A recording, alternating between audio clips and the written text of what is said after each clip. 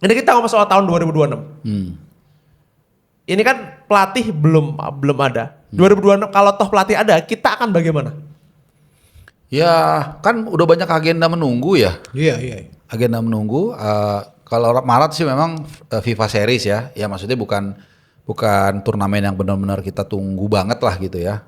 Saya juga terus terang nggak terlalu tahu nih formatnya seperti apa detailnya. Tapi kan yang paling kita nanti kan adalah AFF lah. AFF. 2026 bulan Juli. Kemudian yang pasti adalah Piala Asia. Ini kan yang paling 2027 ya. 2027 dan itu bukan 2 tahun lagi loh. Iya. 1 tahun 1 bulan lagi. Januari 2027. Jadi nggak terlalu lama. Ya? Januari 1 tahun 1 bulan lagi. Literally seperti itu. Jadi dibilang makanya waktu itu dibilang jangan buru-buru, saya kurang setuju juga karena timnas ini kan ketemunya sekali-sekali. Iya. Belum lagi nanti ada seremoni lah, ketemu si A, ketemu si B setelah pelatih ditunjuk ya. Nanti ke Menpora dulu sowan, nanti makan Padang kayak waktu itu kan gitu kan. Ya kan banyak seremoninya ya. Nanti baru lagi udah gitu sekarang pemain kita kan nyebar di mana-mana kan. Nggak kayak dulu satu negara lah, relatif satu negara lebih gampang. Jadi sebenarnya seharusnya kalau waktu itu lebih cepat akan lebih bagus. Tapi again tadi yang seperti saya bilang di awal mungkin karena mereka mau hemat budget atau apa, jadi mereka agak ngulur-ngulur waktu. Plus sekarang lagi kurang kondusif gitu loh. Jadi ya idealnya sih cepat pilih langsung susun program itu supaya kita bisa menatap 2026. Tapi kalau misalnya nih persiapan 2026 dan 2027 butuh pelatih yang benar-benar stay di Indonesia atau seperti sebelumnya kan PT Clover kan pulang terus. Kalau udah deket pertandingan baru datang. Apa seperti itu? Ya harusnya sih stay di sini lah ya. Kayaknya rata-rata seperti itu deh. Dulu ada Capello, pelatih Inggris, Sven Goran Eriksson, pelatih Inggris, terus Thomas Tuchel juga kan bukan orang Inggris ya, stay di Inggris lah harusnya. Oke, kita tahu memang ada beberapa pemain diaspora gitu. Tapi pemain diaspora itu kan sebenarnya udah ketakar ya kemampuannya. Udah tahu lah seperti apa. Mungkin sekali-sekali mereka kunjungin boleh, tapi base-nya harusnya sih di Indonesia ya. Karena kan koordinasi kan bukannya soal net pemain kan, koordinasi mungkin soal nanti bagaimana teknis mobilisasinya ketika misalnya Juli nanti AFF atau nanti Maret kita mau main di mana, kan harus ada ke federasi juga dan pemain lokal kan juga sekarang agak lumayan banyak juga kan yang mengisi timnas. Ada Rizky Ridho, ada Mark Locke, Tom Hai juga ada di sini sekarang, Eleanor Render sudah di sini. Terus siapa lagi? Struik udah di sini. Siapa lagi banyak lah. Ada Ricky Kambuaya. Sebenarnya banyak juga yang di sini. Dan secara simbolik sih harusnya komandan ya harusnya di home base-nya sih. Gitu. Iya, dan Liga Indonesia sekarang kan naik levelnya kan. Ya. Persib oke, Dewa oke. Jadi harusnya pemain kita lebih banyak dilirik harusnya ya. Karena jadi persaingannya juga harus lebih kompetitif karena kita ini kan timnas ini kalau kita mau fair ya, timnas itu kan senior ya, jangan kelompok umur. Tapi kalau kita lihat antusiasme, semua level timnas di era 2024 full, 2025 full. Yeah. Sekarang, aduh. Kemarin SEA Games aduh. Itu sih kayaknya belum pernah ya kita ngelihat sesepi itu. Iya, ya, benar. nasional kita di Apa itu ngefek banget ya ke pemain timnas ya? Karena gue ngerasa, misalnya gini, gue tuh berkali-kali nangis ketika ya di stadion. Ketika di stadion kita dukung AFF ya, karena itu kenapa tadi itu Bung Harpa udah bilang AFF ini penting apa enggak gitu. Gitu. Karena bagi sebelumnya kan AFF kayaknya nggak penting. Bagi Bung Harpa AFF sepenting apa? Ini kita bicara sebagai fans bola yang netral ya, yang mau kita bagus. Ini terlepas dari cakar-cakaran politik saat ini dalam PSSI. Siapapun nanti yang terpilih, menurut saya wajib untuk memenangkan AFF. Wajib ya? Wajib. Belum pernah juga. At all cost. Kenapa? Supaya untuk menciptakan trust dan kondisivitas. Let's say yang terpilih rezim ini masih tetap jalan. Oke, anggaplah rezim Erick Thohir masih tetap jalan. Lalu ditunjuk pelatih siapapun itu. Pasti kan ada yang setuju, ada yang enggak, ada yang serak, ada yang enggak. Normal lah itu. Tapi once Juli itu kita juara AFF, itu pasti akan reda semua tuh. Akan reda. Iya dong. Iya. Tapi memang tetap ada cibiran-cibiran pasti. Alah AFF doang seperti itu. Tapi kan tetap namanya orang Indonesia kalau dia lihat kebanggaan itu menghasilkan pasti orang bangga juga. Malah yang mencibir ini akan dilawan. Ah lo nggak segian gitulah, bagaimana juga nih tim nasional kita udah juara kita syukurin. Justru bagus untuk modal menghadapi Piala Asia nanti. Nah itu juga. Jadi menurut saya oke lah kita jangan terlalu terlarut dalam civil war ini, biarkan mereka yang bertempur.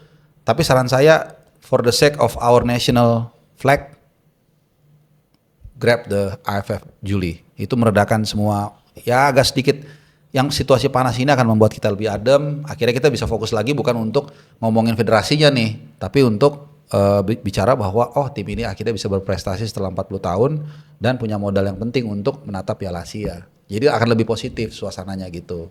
Jadi turunkan tim terbaik aja, tinggal teknisnya itu tadi. Makanya saya bilang pelatihnya tuh kayak menjawab apa yang dikatakan Bung Indro, bukan warkop ya. Jadi kalau misalnya dia di sini kan bisa koordinasi. Karena Juli itu kan udah kalau nggak salah liburan ya. Liburan. Nah, kan ada tantangan tuh bagaimana untuk menarik pemain-pemain terbaik kita. Semaksimal mungkin turunkan pemain terbaik kita. Kalau Tom Hack kan udah aman lah, bisa kan dia main di Persib ya. Eliano dan lain-lain yang tadi kita sebut. Nah, siapa tahu ada pemain-pemain bagus yang main di Eropa yang bisa diperbantukan. Nggak apa-apa. Pastikan dapat gelar. Nah, itu akan sangat positif buat situasi sepak bola kita. Iya. Mumpung boleh yang orang-orang bermain di klub bisa bermain di AFF ya. Boleh. Biasanya kan kalau di SEA Games. AFF tandingnya di Desember itu kan sulit. Iya, untuk sulit. menarik. Ini kan lagi jadi kayaknya ini lebih deal ke tar dulu ya, Juli itu udah pemanasan nggak mereka ya? Mungkin belum kali ya. Belum. Nah, masih liburan. Jadi tergantung pemainnya nih. Mungkin kita kasih kompensasi lah ke mereka. Karena kan harusnya mereka libur.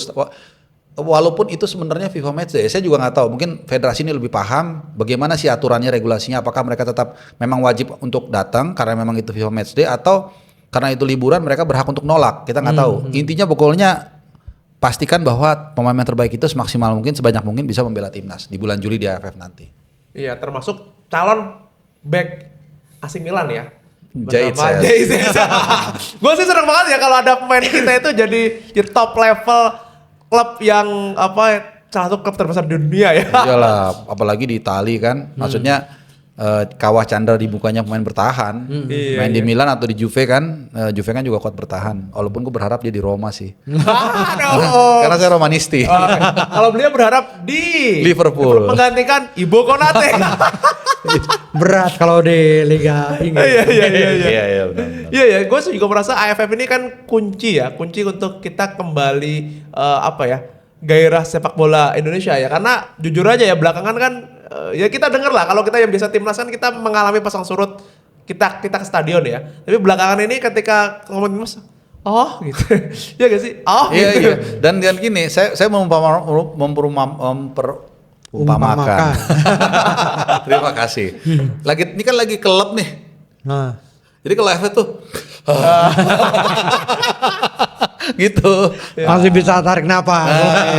Ada checkpoint berikutnya gitu sih. Jadi siapapun nih, kalau saya nggak mau terlibat nih dalam kubu-kubuan di PSSI. Pokoknya siapapun pastikan AFF menangkan deh. Menarik. Oke, Bung Harpa, kita udah ngomongin soal carut marut, civil war antar ESCO yang nanti teman-teman silakan bisa kita kawal bareng-bareng. Jangan kasih komentar siapapun itu orangnya. Ini ke Bung Harpa kita punya sedikit game tentang what if. Nah, what if ini? Karena tadi kita ngomong soal Avengers tadi tuh, ngomong Civil War, salah satu periodenya salah satu komik yang gue suka kan soal what if kalau di Avengers. Nah, pertanyaan buat Bung apa? What if tiba-tiba Erick Thohir CLBK sama STY? Apa yang terjadi? Apa yang harus diperbaiki? Ya pertama berarti sudah kembali waras. Tuh. Iya dong. Itu pilihan yang sangat gampang sebenarnya gitu. Walaupun ego harus bermain di situ ya. Yang terjadi adalah saya yakin kepercayaan publik akan kembali. Tapi tantangannya ada. Bagaimana kemudian bisa bekerja sama kan? Karena udah ada luka yang menganga di sana, itu aja. Secara politis, secara psikologi itu luar biasa. Akan mengembalikan semua yang retak. Tapi ya retak kan dilem lagi ya, tetap ada bekasnya. Tapi balik lagi menurut saya. Tapi saya rasa itu kemungkinannya sangat kecil sih. Seberapa kecil? I think less than 10%, maybe less than 5% kecil. Never say never dalam bola ya, kita nggak dalam hidup bahkan nggak never say never. Cuman kalau kita bicara probability sangat kecil, gitu. Pak Erick sebegitu tidak maunya ya sama STY ya? Ya kan udah tagarnya juga lihat apa harus move on kan. Tapi kalau sama Indra Safri nggak move on. Ini bukan gue yang bilang. Iya. Ya, what if lagi? Kalau misalnya ET mundur, kira-kira siapa yang bisa gantiin? Kan sebagai orang yang di IG-nya langsung ET out. Itu biarkanlah mekanisme PSSI yang bekerja. Dan biarlah orang terbaik. Orang Indonesia tuh jangan kita mengkultuskan satu individu lah. Artinya kita terima kasih mau siapapun. Dengan Coach Indra Safri, Coach Indra terima kasih udah ngasih gelar SEA Games from my heart. 32 tahun ya kita nunggu, atau 31 tahun ya. 31, 32 lah gitu-gitu. Pak Erick Thohir juga banyak jasanya, tapi ya when it's over ya it's over gitu. Jadi bukan kita berarti benci dengan dia, enggak. Itu pandangan kita kan sebagai netizen yang mungkin udah lebih dulu ngikutin sebelum beliau nonton bola mungkin. Ya kita berpendapat aja gitu. Nah siapa penggantinya? Biarkan mekanisme yang bekerja dan biarkan nanti yang terbaik. Pasti adalah orang Indonesia selalu ada. Iya, gitu. Nggak mungkin nggak ada. Nah nanti tinggal kita menilai apakah lebih baik dari Pak Erick Thohir, apakah sama atau lebih buruk, bisa aja kan. Gitu. Biar waktu membuktikan. Biar waktu membuktikan. Nah sekali lagi, what if? Tadi kita ngomongin soal cakar-cakaran di Exco. Ya kan, soal civil war di Exco yang membuat kita lambat dapat pelatih dan keterangan di media aneh-aneh kan. Nah, what if jika Bung Harpa dapat sokongan dari banyak pihak untuk masuk Exco? Karena Exco kan butuh salah satunya kan dari jadi asprof dan lain-lain lah. Iya. Ini banyak nih klub-klub nih. Gue mau Bung Harpa aja deh jadi Exco. What if Bung Harpa ketika jadi Exco, apa yang bakal dibenahi? Yang bisa saya pastikan kalau itu terjadi, seandainya nih, saya nggak akan melakukan atau memecat pelatih yang sedang bagus-bagusnya. Itu yang pasti saya lakukan kalau saya jadi Exco. Kalaupun terjadi. Tapi mau jadi Exco? Kenapa sih harus orang kalau habis kritis terus harus jadi masuk sistem? Kan nggak harus. Nggak harus selalu kan gitu. Ya semua orang punya peran kok gitu. Nggak harus kita berperan itu harus jadi presiden, harus jadi pejabat, enggak. I think being among the fans itu lebih indah daripada kita harus jadi kita kesana gitu. Dan saya pastikan detik ini dan detik selanjutnya saya tolak itu. Pasti saya pastikan itu. Karena sekarang saya ngawalin nonton bola dari tahun 85 kalau nggak salah Korea Selatan ya. Sampai sekarang buat saya berada di antara fans itu lebih menyenangkan. Bukan berarti nanti kan salah juga. Takut ya nggak mau tanggung jawab. Enggak, banyak orang yang mungkin lebih cocok untuk mengisi posisi tersebut. Ya kita dari luar memberi masukan, udah biarkan sistem itu bekerja gitu, sesimpel itu. Dan Bung Harpa akan terus di sisi mengkritik, memberi pendapat. Mengkritik dan memuji ya. Oke. Kan saya berkali-kali bilang selama 2024 itu saya memuji mereka, habis-habisan saya puji. Bahkan saya pernah berdebat soal kinerja Pak Erick Thohir saat itu. Karena beliau saya bilang, BUMN begini-begini, nggak apa-apa, yang penting bola bagus. Karena kita saat itu menurut saya nggak ada yang kita bisa banggakan, tapi beliau bikin sepak bola bagus, saya dukung. Tapi ketika jelek, ya harus saya kritik juga, simple gitu. Dan masyarakat juga sama kok, waktu itu senang semua kok. Dua nama itu selalu berkumandang, ET dan ST saat itu. Gitu. Karena memang mereka bagus saat itu. Tapi ketika kemudian bikin kesalahan, dan kesalahan itu luar biasa fatal, dan kemudian pola komunikasinya dengan anak buahnya juga tidak kondusif, ya semua ke drag down seperti yang terjadi saat ini. Jadi saya sama sekali nggak kepikiran ke sana. Saya tetap ingin duduk di tribun penonton, away dengan biaya sendiri, ya kan, ngurus visa, ngurus paspor, menikmati perjalanan dan nonton di stadion. Wah, dahsyat. Satu pertanyaan terakhir nih buat Bung Harpa. Dengan tadi kita ngomong soal Erick Thohir, PSSI, proyeksi.